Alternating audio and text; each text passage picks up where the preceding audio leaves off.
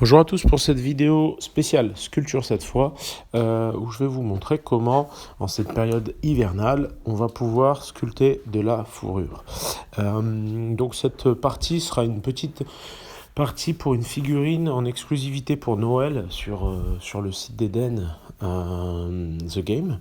Donc voilà, c'était juste manière de faire un petit chapeau de Père Noël pour une des figurines qu'on va présenter. Donc n'hésitez surtout pas à vous abonner à la chaîne si vous voulez voir un peu plus de vidéos de sculpture et à me soutenir sur Patreon, qui est un site de soutien aux artistes. Donc pour 2-3 dollars par mois, ça permet de me soutenir et ça me permet aussi de vous proposer de plus en plus de vidéos. Merci et à bientôt.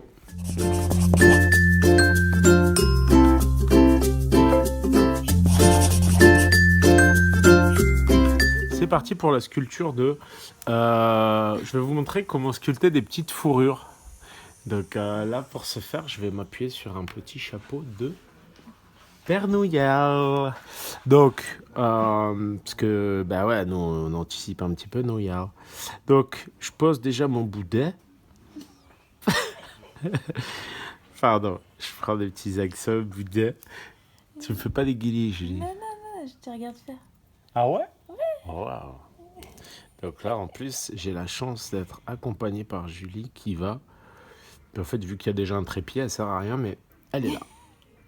Donc là, avec ma pâte, j'utilise toujours un mélange Green Stuff et Milliput. Et là, vraiment, je pousse pour vraiment que ça prenne bien tout le tour. Donc, voilà. Et en gros, ça me permet d'avoir une base qui fasse office de base. De fourrure? Est-ce De que tu vas fourrure. mettre des petits poils tout autour? Oui, c'est ça l'idée. Ah, C'est montrer comment faire de la fourrure. regarde, centre bien. Merci.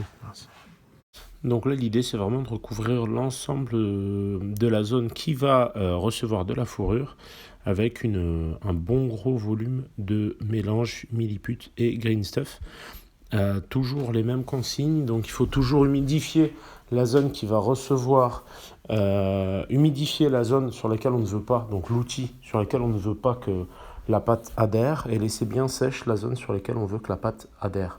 C'est vraiment un conseil pour débuter, mais qui va être crucial pour avoir des facilités en sculpture et utiliser du green stuff et tout ça. Donc je fais pareil pour le pompon, qui va recevoir un peu le même traitement. Donc voilà, c'est important de ne pas l'oublier. Donc maintenant que la pose est faite, je vais pouvoir un peu taper dedans. Et là, l'idée, ça va être de faire des espèces de groupes de poils que je vais ensuite dissocier en 3. Ici, par exemple, je pars comme cela. Hop, ça me fait une première touffe. Après, ici, je vais faire une deuxième touffe. Alors, on n'a pas besoin que ce soit trop régulier. Au contraire, il faut réussir à donner un petit côté bordélique pour vraiment réussir à avoir un effet sympa et intéressant.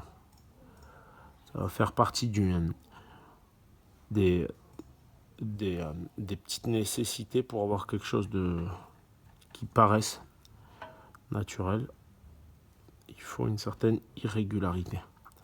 Donc là, vraiment, en gros, je fais une base pour ce qui sera de la fourrure. Alors, il faut savoir que là, je le fais sur un petit chapeau de Noël pour une figurine qui va sortir en décembre, une petite exclue qui aura en plus, du coup, vu que c'est Noël et qu'on aime bien marquer le coup, aura un petit chapeau en plus dedans. Bref. Et du coup, en plus de ça, ce qui est intéressant, c'est qu'en gros, la méthode, vous pouvez la faire pour faire de la fourrure sur un Space Wolf, vous pouvez la faire sur... Il suffit de mettre en forme au début, selon la forme générale que vous voulez avoir. Et ensuite, hop, pas besoin de faire du mal au moindre animal, puisque là, vous pouvez sculpter la fourrure vous-même. Et ensuite, je vais simplement appliquer cette méthode un petit peu partout. Donc, je vous le mets là en accéléré, mais le principe est le même. Il faut faire un petit peu l'ensemble de la pièce comme cela pour avoir un résultat sympathique. Ensuite, je reviens avec un pinceau gomme. Donc là, je me concentre sur cette zone-là, mais évidemment, il faudra bien que je fasse tout le tour. Et en fait, le pinceau gomme va me permettre de relisser un petit peu mes différentes touffes de poils. Donc voilà. Hop. Donc je lisse un petit peu ces différentes touffes de poils les unes par rapport aux autres. De façon un peu simple, un peu efficace. Et voilà.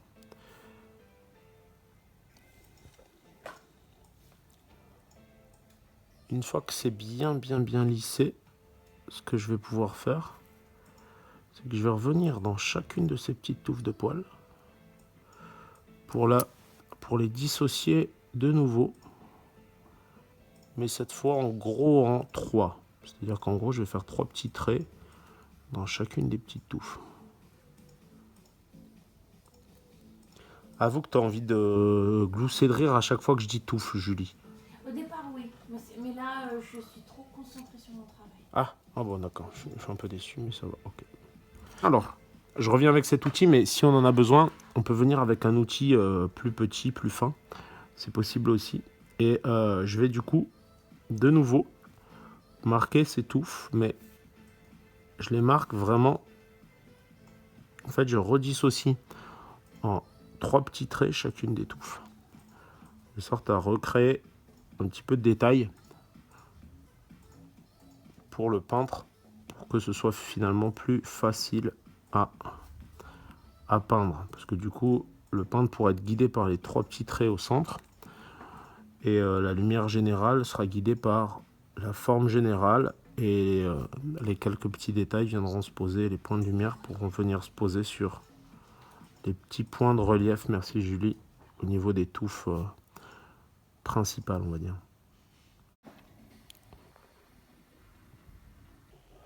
Du coup, juste pour finir, je vais venir avec un petit outil aiguille pour, pendant que la pâte est quand même encore un peu malléable, mais déjà un chouïa sèche, je vais venir vraiment marquer les creux les plus importants, de sorte à avoir quelque chose d'encore plus simple et facile à peindre. C'est vraiment important de finir de toujours bien marquer les creux, parce que sur ce genre de texture, en gros, c'est quand même très pratique. Donc voilà, donc je vais faire de même sur tout le petit chapeau, pour vraiment considérer la pièce comme étant finie. Merci à tous d'avoir suivi ce tutoriel jusqu'au bout. Donc normalement, la fourrure maintenant n'a plus de secret pour vous. Je vous dis à bientôt. N'hésitez pas à vous abonner à la chaîne et à me soutenir sur Patreon. Ciao, ciao!